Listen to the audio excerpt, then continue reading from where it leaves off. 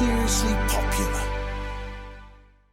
As always, every Friday, I like to give you a recommendation. Now, some weeks, these will be cultural, highbrow. Can you very quickly, in the space of 5 seconds, give me one highbrow thing that you've recommended?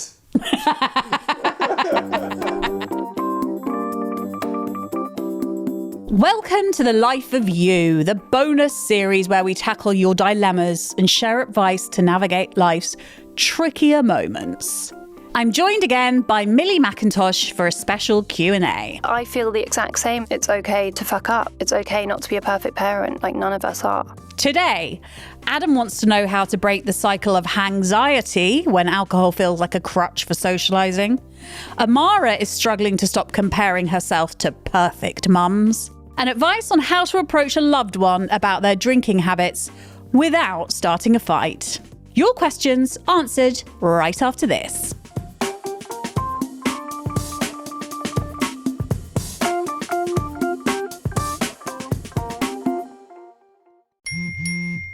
What is Dax, are you? Tracking all our cars on Carvana Value Tracker on all our devices? Yes, Kristen, yes, I am. Well, I've been looking for my phone for... In Dax's domain, we see all. So we always know what our cars are worth. All of them? All of them. Value surge, trucks up 3.9%. That's a great offer. I know. Sell? Sell. Track your car's value with Carvana Value Tracker today. Yeah, sure thing. Hey, you sold that car yet? Yeah, sold it to Carvana. Oh, I thought you were selling to that guy. The guy who wanted to pay me in foreign currency, no interest, over 36 months? Yeah, no. Carvana gave me an offer in minutes, picked it up, and paid me on the spot. It was so convenient. Just like that. Yep. No hassle. None. That is super convenient. Sell your car to Carvana and swap hassle for convenience. Pickup fees may apply.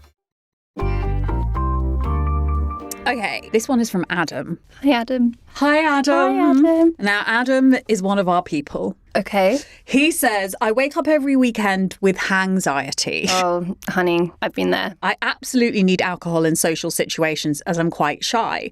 How do I take the first step toward breaking the cycle? I think have like 3 things that you've got lined up ready to say to people. That's a good tip. I think it's all about the preparation with the shyness. Like, find ways to make yourself as comfortable as possible in those situations so they feel like easier.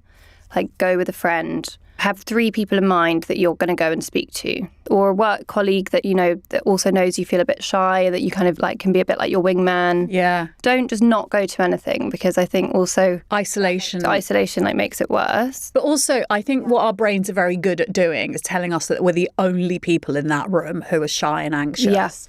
Without realizing that everyone, to a certain degree, will have some level of anxiety, and everyone is in their own heads, you know? Like, no one is actually looking at you. No, because everyone's thinking about themselves. Yeah, and everyone will leave that party and they will have their own rumination in their head about how they behaved or who they spoke to. And when I remember that, it's like I find it kind of right-sizes me in a really lovely way. Yeah, so true. I also think the other tip I would give to people is, like, play the tape forward, and instead of focusing on how uncomfortable that evening might feel because you're not drinking and you're a shy person, play the tape forward and focus on how great you're going to feel the next morning when you wake up. You know, when you don't have the anxiety, you have a clear head. And you remember exactly what happened last night. You remember exactly how you got home. You don't have to look at your WhatsApps and go, fuck, who did I message and what did I say? Yeah, look at like Uber to be like, what time did I get home? How did I get home? Being like a forensic, investigative policeman on your own night out. Like, that is not cool. You don't have to do that. Track down your possessions and your dignity. God, yeah, no, I've never tracked down my dignity. Still nearly 8 years in.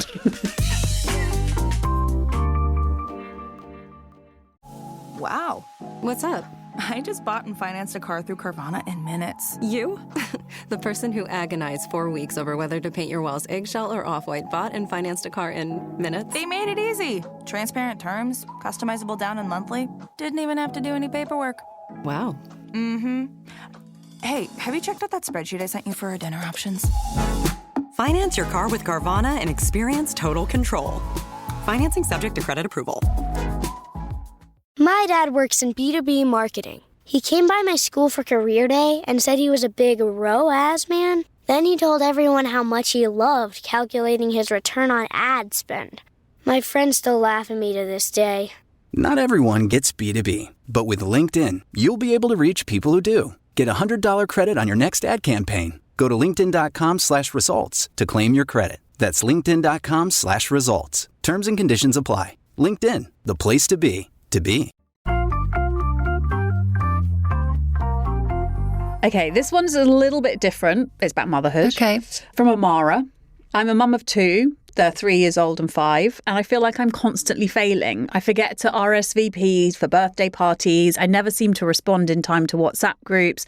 And the air fryer keeps us fed as I can't manage actual cooking. I think air frying is actual cooking. It's definitely cooking. All my kids' meals were cooked in the air fryer.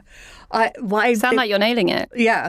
I see other mums who seem to have it all together. How do I stop comparing myself and find my own rhythm? And that's from Amara. Oh, Amara, I really feel for you because my kids are the same ages and I forgot my daughter's nativity. Tell us about this, please. Millie forgot her daughter's nativity. Her first one at school. Oh my God, not just her nativity, her first nativity. I hope that you've put money aside for the therapist. I somehow just missed it. And I had so many things in my diary and just, and she'd been talking to me about being an angel. And then it literally clicked and I was like, shit, it's today. And I legged it there and I didn't get a seat, but I was there standing at the back. I felt awful. And so I was like, God, I just dropped the ball. It's so hard. And I feel the exact same as Amara. And that's actually something I really felt over the Christmas holidays. It's so intense at those ages, when they're close in age, where they're having tantrums and you can't reason with them. And it's just, I think feels particularly hard in winter as well somehow, because it's it's brutally hard, but you have to be kind to yourself and just, I'm telling myself this as well because I'm not very good at doing it, and just be like, it's okay not to love it every day. It's okay to fuck up. It's okay not to be a perfect parent. None of us are. In fact, it's actually quite useful to your children if you're not a perfect parent, because if you're not a perfect parent, you teach children the skills for not being a perfect human, which is everybody. And if we pretend that we're perfect and everything looks kind of glossy and we're constantly crafting and baking and, creating amazing adventures for our children, they'll never understand the reality of life, And I think that's really important. The pressure you put on, you don't have to be the best mum. You just have to be a mum. So true. I think also it's really important to show your children that it's okay to fuck up. So, if you shout at them and you get cross, don't just feel the guilt afterwards. Just apologise. Just be like, okay, Mummy shouldn't have shouted. I'm sorry. I've just got overwhelmed. I'll try and not do that next time. Or, and you just move on from it. And it's showing them that you can fuck up and say sorry and it's okay. And also, if you find yourself saying in your head, criticising yourself, the thing that you're saying to yourself you wouldn't say to your child, stop saying it. If you're being so horrible. Imagine, I found, my child is a bit older now, she's 11, but I have found that a lot of parenting is actually reparenting myself. True. I found that a lot in sobriety. Yeah. Whenever I'm getting super stressed, what makes me feel good again is when I have one of those moments with them where we're all just laughing, where I'm having a cuddle or just having that really nice quality time, and we're holding hands and we go and get a cake or something. It's just lovely. And I'm like, oh, I just need this just to remember when it feels good again. Sometimes, Amara, instead of trying to be the mum, why don't you just get down on their level, sit down in the mess with them and just be a kid with them? My wife has a complicated relationship with alcohol and I'm not sure how to help without starting a fight. What might be the best approach without it sounding like I'm criticising her? Should I get her friends to talk to her? And that's from Anon. I want to say, get her my book, but as it's called Bad Drunk, I don't know. That might start an argument. Okay, how to do it without starting an argument? It's really hard, isn't it? Because if you go to that defensive place, like you said you did when your now husband, he thought you were a bad drunk. It's hard how to do it so she doesn't get upset. Maybe write her a letter, or you need a way to really explain to her how her drinking is making you feel. I think also you don't have to enable that behaviour, but it's also not your responsibility to stop her. So I think often we talk about people want to know how they intervene and, you know, and what are the interventions and how can we stop our partners. And actually, the truth is you can't. The partner has to get there. That's so true. And sometimes it's just being like, I don't like how you behave when you're drinking. I don't like what it makes you, but it's up to you to go there. Yeah. Sometimes the less pressure you put on people, the more likely they might be to actually take a look at their own behaviour. Because I think we do, like you said, like there's a danger of someone going into a sort of defensive crouch, right? Yeah. There are actually 12-step groups to help you that, like Al-Anon is for the families of people that have problems with alcohol, and we can put all of their details in the show notes. Sometimes the difficult conversations are the ones that you need to have. Yeah. Thank you so much to Millie for joining me today. If this episode sparks something for you, share it with a friend who might need to hear it. As always, every Friday, I like to give you a recommendation. Now, some weeks, these will be cultural, highbrow, and others, such as this week, will be very lowbrow. And I think it's because my brain all day is very much consumed with finishing the first draft of my first novel for adults, that in the evening, I just need stuff to numb my brain.